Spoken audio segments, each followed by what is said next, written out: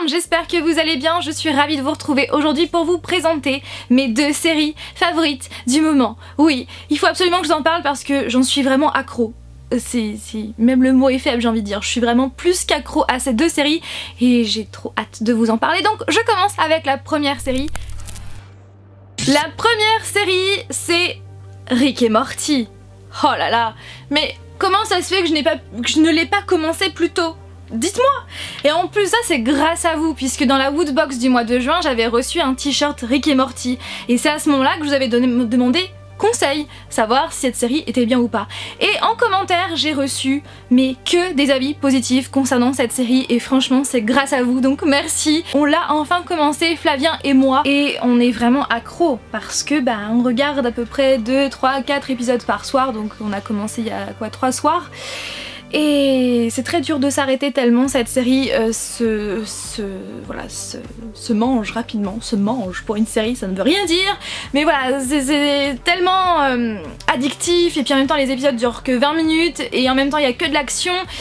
C'est une série qui est tellement barrée mais tellement génialissime, donc c'est une série animée. Rick est un scientifique et il est très barré. Franchement il est très barré mais hyper intelligent, et Rick emmène son petit-fils Morty dans les dimensions, voilà, c'est des voyages interdimensionnels et à chaque fois il se passe tout plein de choses, et dès le premier épisode on est vraiment dans le bain, et après ça s'enchaîne et à chaque épisode il se passe des trucs de fou. Et ce que je trouve génial c'est que chaque épisode a sa propre histoire, mais en même temps il y a les épisodes précédents ont toujours des conséquences sur les suivants. Vous voyez, c'est pas comme dans les Simpsons ou Futurama où à chaque épisode c'est une nouvelle histoire, de nouvelles choses en fait qui vont arriver à la famille Simpson ou encore aux personnages de Futurama.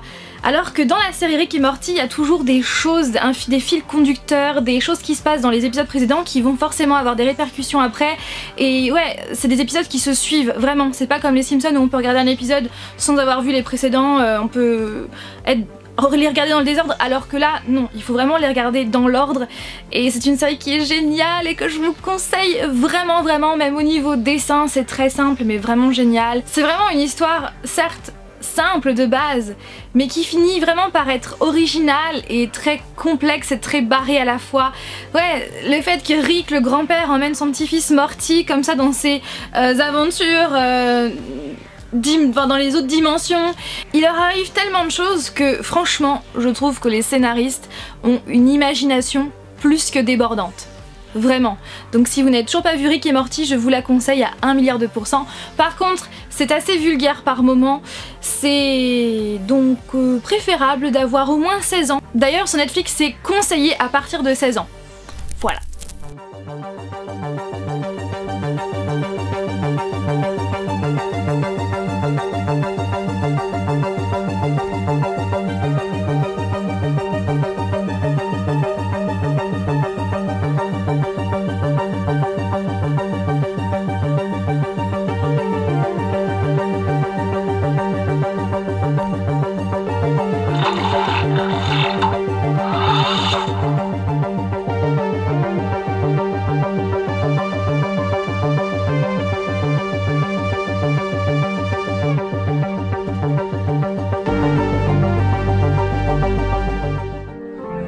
Cinnamon, where you gonna run to? Cinnamon, where you gonna run to? Where you gonna run to? All along them days, well I run to the rock. Comme vous avez pu le voir avec cette transition de ouf, n'est-ce pas? Nous allons maintenant parler de Lucifer.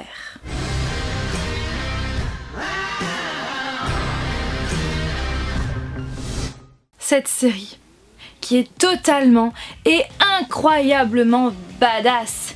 Et ça faisait quand même pas mal de temps que je voulais la commencer, sauf qu'à chaque fois je me disais non, je la commencerai plus tard, j'ai d'autres séries en cours à l'heure actuelle.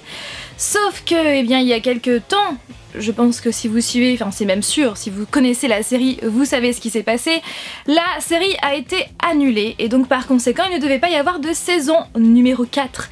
Sauf que, eh bien, retournement de situation, eh bien Netflix a racheté les droits et donc par conséquent il y aura bien une saison 4 sur Netflix. Et quand j'ai su ça, je me suis dit c'est un signe, il faut absolument que je la commence, c'est maintenant ou jamais. C'est now or never. Alors je l'ai commencé. Sauf que depuis, je ne peux plus m'arrêter. Je l'ai commencé il y a quoi, 3-4 jours, et j'en suis à la saison 2. Donc c'est pour vous dire à quel point je ne peux pas m'arrêter. Si vous ne connaissez pas la série, pour vous expliquer de quoi ça parle, eh bien c'est l'histoire de Lucifer Morningstar, joué par Tom Ellis. Et Lucifer, eh bien c'est aussi donc le diable. Voilà, pour vous faire court. Et Lucifer en a marre d'être en enfer, il a envie de prendre des vacances et pour cela il a décidé de prendre ses vacances sur la planète Terre et précisément à Los Angeles. Oui, c'est dans la ville des anges que l'ange déchu va devenir propriétaire d'un nightclub assez connu et ça ne va pas s'arrêter là.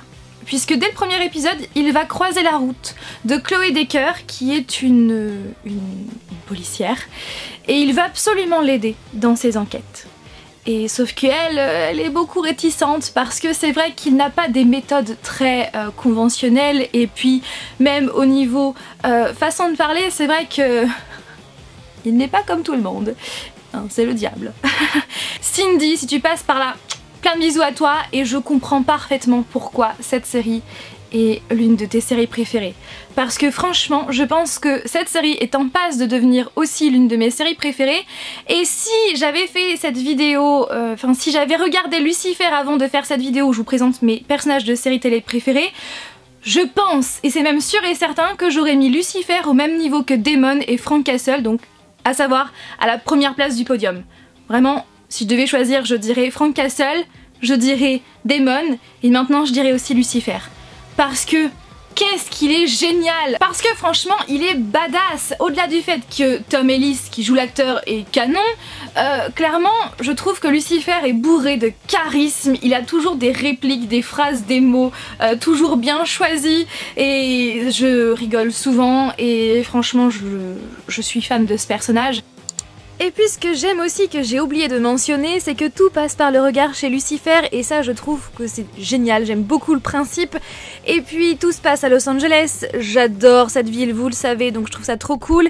Et la voix de Tom Ellis, on est d'accord qu'il chante trop bien. Ce serait vraiment une super bonne idée qu'il sorte un album de toutes les reprises qu'il peut faire dans Lucifer, je serai la première à l'écouter.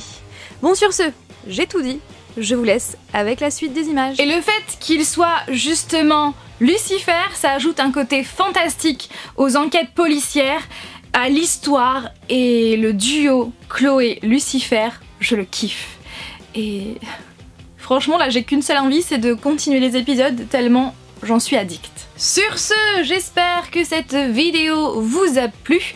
Comme toujours, n'hésitez pas à réagir en commentaire, à me dire ce que vous pensez des séries que je vous ai présentées, sans spoiler bien évidemment. Je vous fais tout plein de bisous et je vous dis à mercredi prochain pour une nouvelle vidéo.